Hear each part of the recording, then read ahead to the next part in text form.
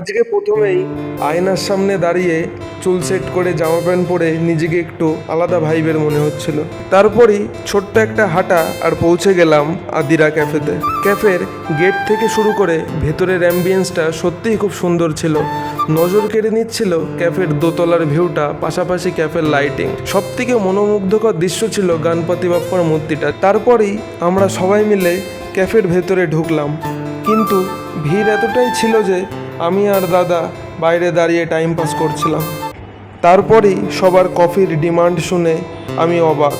কফিতে প্রথম চুমুক দেওয়ার পরই আলাদাই এক্সপিরিয়েন্স। 20 টাকায় যে এত ভালো কফি হতে পারে আমার ভাবা ছিল না।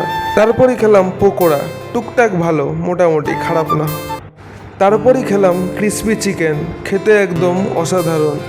প্রথম বাইটেই মনে হচ্ছিল এটাই বেস্ট। শেষে বেরোনোর সময় নিজেকে আর একবার ক্যাফের ভিতরে ক্যামেরায় দেখলাম। শেষমেশ পেট ভর্তি খাবার আর মন ভর্তি আনন্দ নিয়ে বাড়ি ফিরে আবার আয়নার সামনে এবং একটা ছোট্ট হাসি।